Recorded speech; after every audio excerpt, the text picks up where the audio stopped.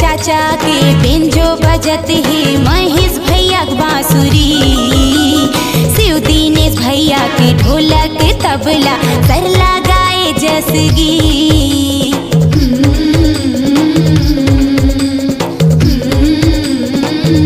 ओ मैया पुक्कल चाचा बेंजो बजाते, महेश भैया बांसुरी, शिव दिनेश भैया ढोलक तबला सरला गावे जसगी।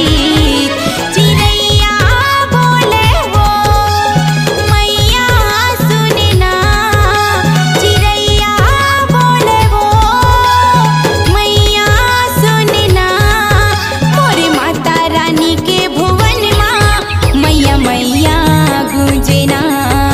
मोर दुर्गा दाई के भुवन माँ मैया मैया गूंजना। सुआ बोले वो मैना बोलना, सुआ बोले वो मैना बोलना, मोरे माता रानी के भुवन माँ मैया मैया गूंजना।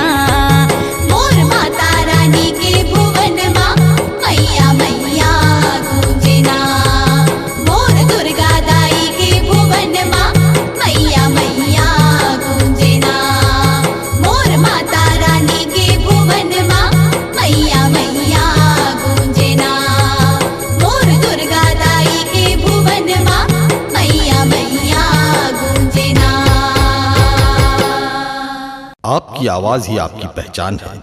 यदि आप अपनी आवाज को एक नया आयाम देना चाहते हैं तो चले आइए मल्टी ट्रैक डिजिटल रिकॉर्डिंग के लिए AVM audio video studio, Khamtarai, Raipur. Mobile number 9301523929 और 7869646201। यदि आप नए एवं पुराने गीत सुनना चाहते हैं तो avmgana.com में जाकर गाना फ्री डाउनलोड करें और YouTube चैनल में AVM गाना और KK कैसेट्स को सब्सक्राइब करें।